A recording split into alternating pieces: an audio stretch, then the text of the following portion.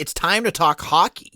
Boston College hockey has a huge game this weekend, and we're going to talk all about Jerry York's squad and whether they have what it takes to not only win Hockey East, but also take on the national championship. All of this and more on today's Locked On Boston College. You are Locked On Boston College, your daily podcast on the Boston College Eagles, part of the Locked On Podcast Network, your team every day.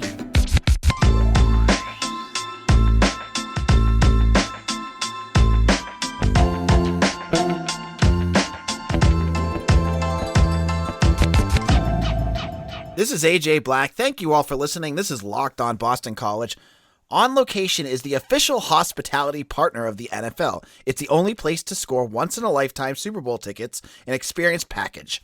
Visit onlocationexp.com/SB56 for more information or search Super Bowl On Location. On today's show, we're going to mix things up a little bit. We've been talking football nonstop. We've even, been spicing it up with a little bit of basketball. But today, let's talk about what the bread and butter of BC's athletics championships has been, and that's men's hockey. Men's hockey, we really haven't brought up all that much. And I need to preface this right away.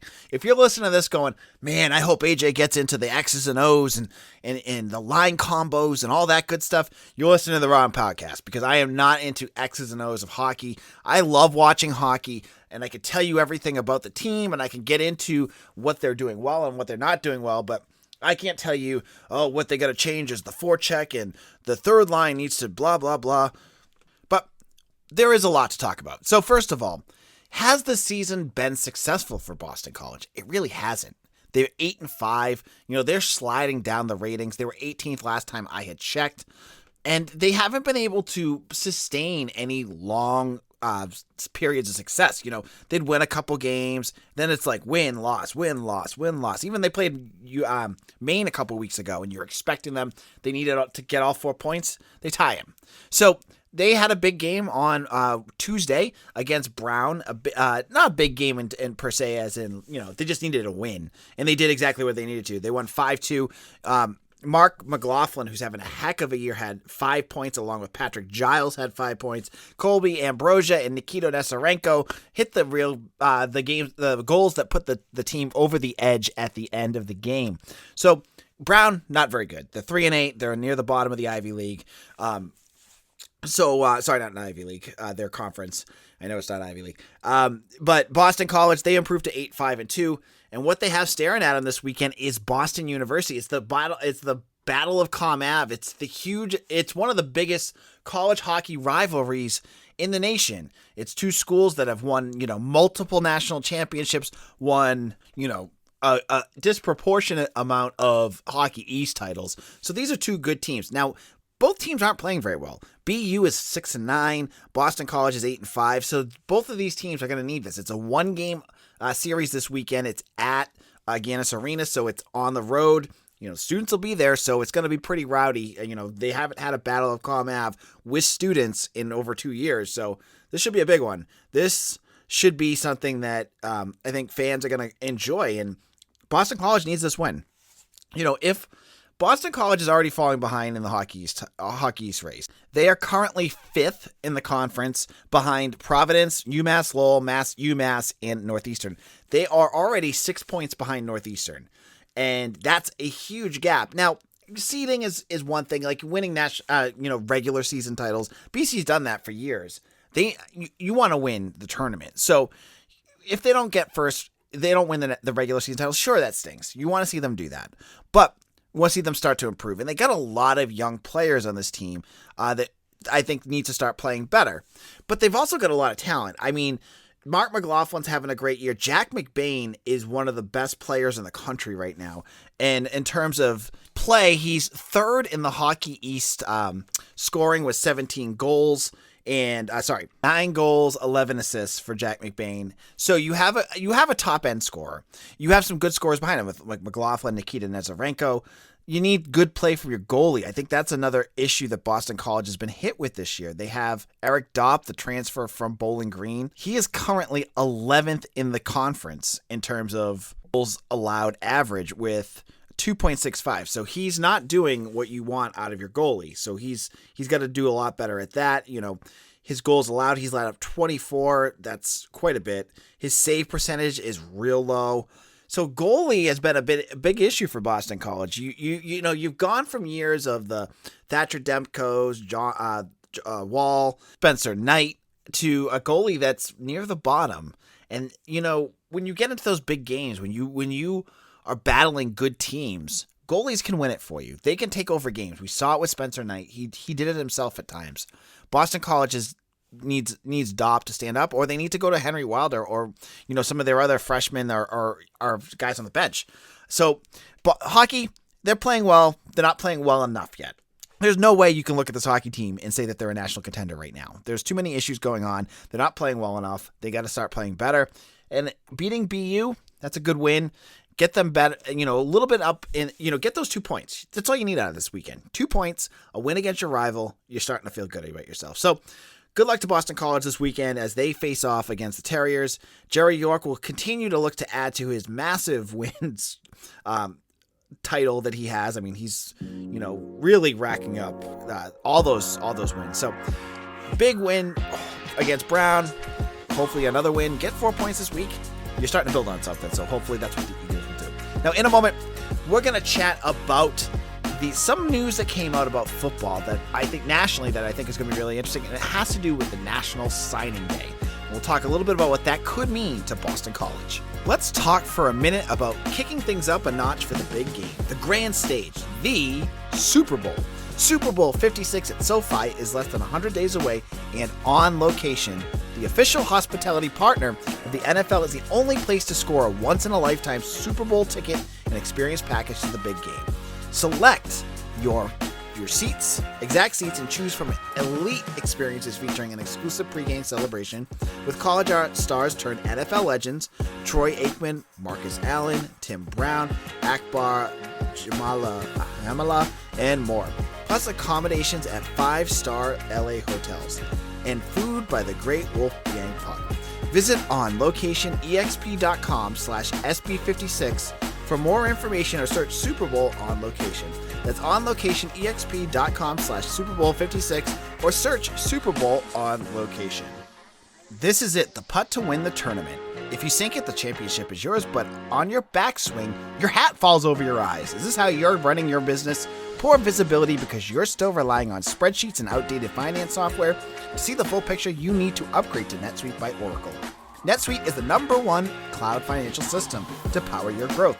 With visibility and control of your financials, inventory, HR, planning, budgeting, and more, NetSuite is everything you need to grow all in one place. And with NetSuite, you can automate your processes and close your books in no time while staying well ahead of your competition. 93% of surveyed businesses increase their visibility and control after upgrading to NetSuite. Over 27,000 businesses already use NetSuite, and right now, through the end of the year, NetSuite is offering a one-of-a-kind financing program to those ready to upgrade at netsuite.com/lockedonNCAA. Head to netsuite.com/lockedonNCAA for special end-of-year financing on the #1 financial system for growing businesses. That again is netsuite.com/lockedonNCAA. This is Locked On Boston College. AJ Black here. Now, over on Wednesday evening, there was some interesting college football news coming out, and we're going to go over these over the next 2 segments that Ross Dellinger of Sports Illustrated reported on, talking to various commissioners and the NCAA head during some of the meetings that they had over the last day.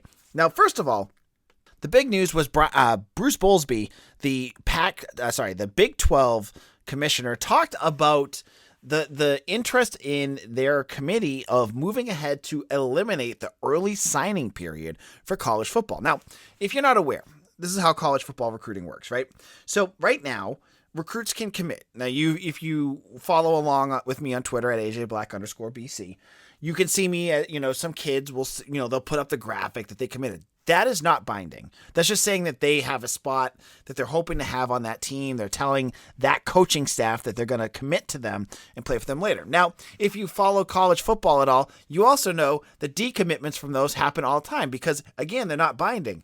And sometimes the shiny new object will pull them away from that commitment. So, for say you have a kid, and let's just use Amari Jackson for example. He's a Boston College commit. He's going to be visiting Tennessee this weekend. Maybe Tennessee blows him away. Then he decommits. Now, there's about a week left until signing period. He decides he's going to commit to Tennessee. On signing day, he puts pen to paper. Then he is binded to Tennessee. Now, there's all the transfer rules, and we're not going to get into that. But for this conversation, that is how that works. Now, this early signing period has moved. It used to be at the end of January. There used to be just one day, and basically everyone would sign on that day.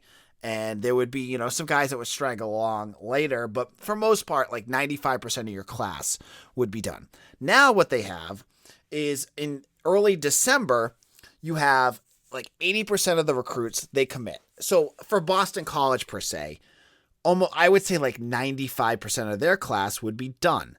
They'd have all their kids signed on, and maybe they'll get another one by the late signing period, which used to be the early signing period at the end of February. So this is how it is now. Now, what has this done to college football is interesting. Because this changed in the last couple of years, you saw what you saw with coaching this year was a direct impact because of the early signing period. You saw coaches like Ed Orgeron, for instance, get fired midway through the season. There was a couple other coaches. I don't have that in front of me, but you saw quite a few coaches get fired before the season even ends, because now they want to make sure that they have the new coaching staff in place and ready to go for that early signing period. Because if you waited, for say, right, with this early signing period, say, like, if you're going to run a whole search and you're going to wait, you're going up against it. Like, you could still get your coach by that December 15th date, or whenever early signing period that exact date is, but you're still running the risk that you're going to get a guy in, say, like December 13th or December 12th. And that coach then has to keep that whole recruiting class together. And that is a hard thing, because that coach no longer has his positional coaches. He doesn't have his coordinators yet. He's got to put his staff together. So it can set a program back. Now, if you remember with Jeff Hafley in 2020, that was like a bumper class. I think there were like maybe 12 to 15 kids in that class. It was really small. And he ended up grabbing they hired him pretty early in December, but he ended up having to sign some. And then he ended up getting most of his kids for the later signing period. And that's what they're proposing to do. They're proposing to push all of this back into January and February so that coaches can finish the season, and not that ADs that are just tired of it are not going to just go and can coaches willy-nilly in the middle of a year, because that's disruptive. It doesn't really do all that much. Like, you fire a coach and you're setting your program back. So this is a big deal for sports around the country. For Boston College, it will impact them a little bit, because, if they're starting to get some of those blue chippers, they're going to have to close them at the end, later on in the year too. So I could see them having some struggles with that. But the only thing I can think of that this really impacts BC is this team now, they've got Hafley kind of locked in a little bit with that contract extension. Maybe, just maybe, this early signing period has been beneficial for BC, because as these other coaching staffs are going into, a tailspin, it lets Jeff Hafley kind of sit back and go, ooh, there's a kid I wanted over there. I'm going to go after him. Or there's a kid over there. I'm going to go after him. We haven't seen that yet with this class.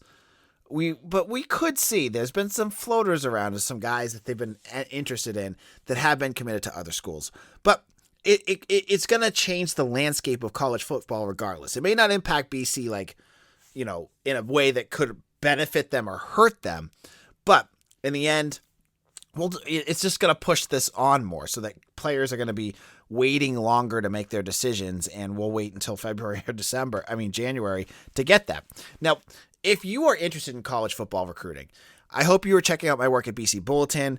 Become a premium member. I have interviews coming up with a lot of 2023 guys. I've given you news on 2022. I've given you news on transfers. I want to keep that. That's some good guarded information I have. If you want to check that out, Becoming a member only costs $1. I had been a little bit late on some of the pay stuff for the last couple of weeks. I've been giving you the visitors lists and things like that. But BC usually takes, the season off for recruiting. They don't really do a whole lot other than hosting the guys that they already got. So things are going to get escalating quick. They're going to start looking at 2023 guys, and I have all the news, and I'm as hooked in as you can get. So head on over to BC Bulletin, sign up there. You get direct access to me on our Discord channel. We have premium boards where I've been talking and giving nuggets on there. I have a nugget up there on Amari Jackson right now. Just hope you check it out. Now, in a moment, I'm going to talk about George Kalitkov. I'm probably botching his name, the Pac-12 commissioner, who brought up a scheduling idea that I absolutely love. You're going to have to hear that in a moment. Now, how does your favorite restaurant consistently make delicious food? The short answer, they have access to the right kitchen tools. With Made In's quality cookware and kitchenware, anyone is capable of making quality food at home. If you're serious about cooking, you should invest in your kitchen tools. Made In's cookware and kitchenware are used by thousands of the best chefs. I have their butcher knife, and I use it all the time when I cook during dinner. I am the cook in the Black household, and I use their knife, and it's a game changer. It cuts beautifully. When I'm cutting vegetables, when I'm cutting meat, you gotta check out their work. Made In produces professional quality cookware for those who love to cook. They source the finest materials and partner with renowned craftsmen to make premium kitchen tools directly to you without the markup. Made In products are made to last, and they offer a lifetime guarantee. And right now, Made In's offering our listeners 15% off their first order with promo code LOCKEDON. This is the best discount anywhere, available online for Made In products. Go to madeincookware.com/lockedon and use promo code LOCKEDON for 15% off your first order. Again, that's madeincookware.com/lockedon and use promo code LOCKEDON. It's a great gift for the holidays. BetOnline has you covered all season with more props, odds, and lines than ever before as football season continues the march to the playoffs. BetOnline remains your number one spot for all the sports action this season.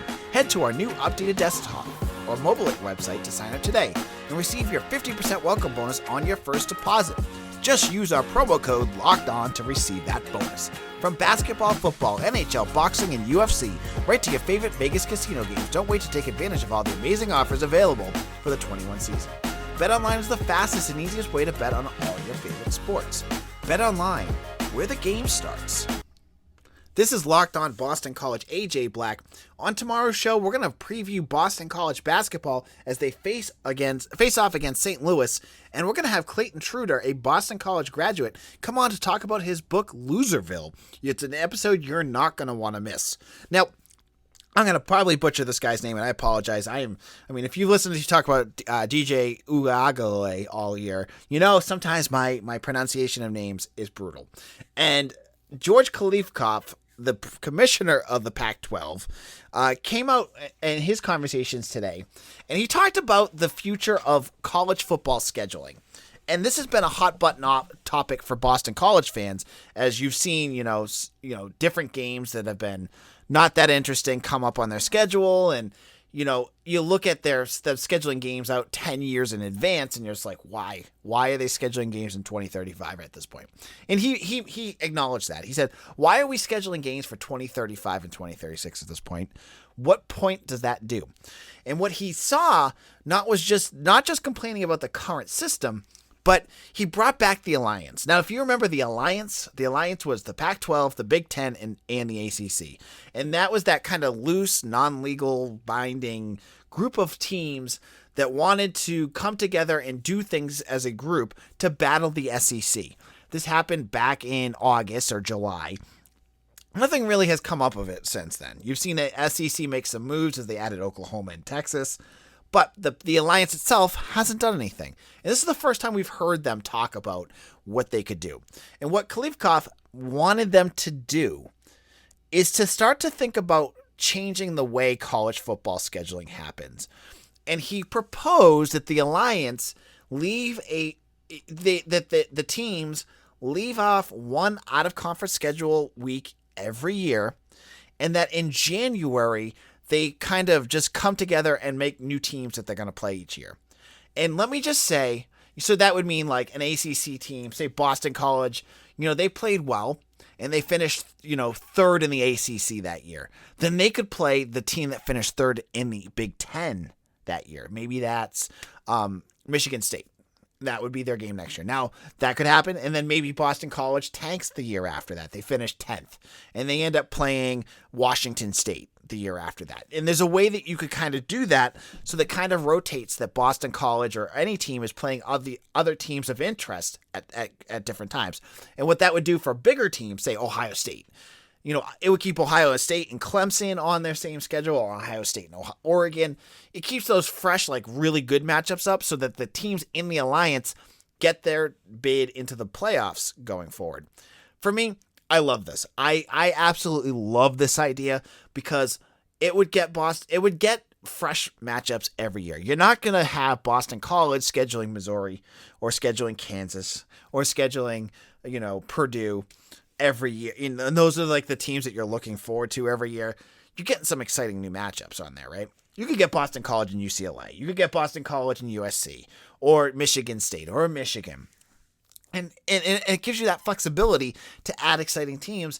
And how exciting would it be if you don't know going into January who the schedule is going to be next year? Like right now, we can look 10 years in advance and already know who most of the teams are going to play. BC is going to play. But maybe maybe the Alliance scraps most of those games, gets them off of the schedule, and then adds this new caveat that allows them to have the flexibility to schedule each other. This would be fun. This is what the Alliance could do if they start to really buckle down, if they start to think outside the box. And I love it. I think this is an awesome opportunity for all the reasons I just stated, for the flexibility, for the uniqueness, for giving those three conferences a leg up in the playoff standings. It does everything. It's going to give them more money. It's going to get more eyeballs on them. It's good new thinking, and I love what they were saying about this. And it'll reward a team like Boston College. Let's not even use Boston College right now. It'll reward a team like Wake Forest right now, right? So Wake and Pitt, the two teams that no one really expected to be the class of the ACC. Like, think about what they could get next year, right? So if they had the system in place where they could play, you could get Pitt versus Ohio State next year, which for Pitt fans would be insane. They would love that, and it would be a great test. I know they won't have Kenny Pickett, but you could kind of consider that. But it's a reward for those teams to get a marquee matchup and get up there. So it brings up a lot of different fun things. It's almost like relegation, almost. You know what I mean? In soccer, where you play poor, you end up with Rutgers. You play well, you could be playing USC out in Los Angeles. So there's a lot of different things to think about. Again, he was just spitballing. This is nothing in writing. And I'm sure there's lots of bureaucracy, television deals, and things that are going to make that really hard to do. But if you're going to win, you don't see the SEC making excuses. Figure it out. So this is AJ Black. On tomorrow's show, make sure you check us out. If you like our podcast, subscribe to us at Locked On BC on Twitter. You can check me out at Twitter on AJBlack_BC. I'm the editor and publisher of BC Bulletin. Check out my work there as well. Hope you all have a great Thursday, and see you again soon. Take care, everyone.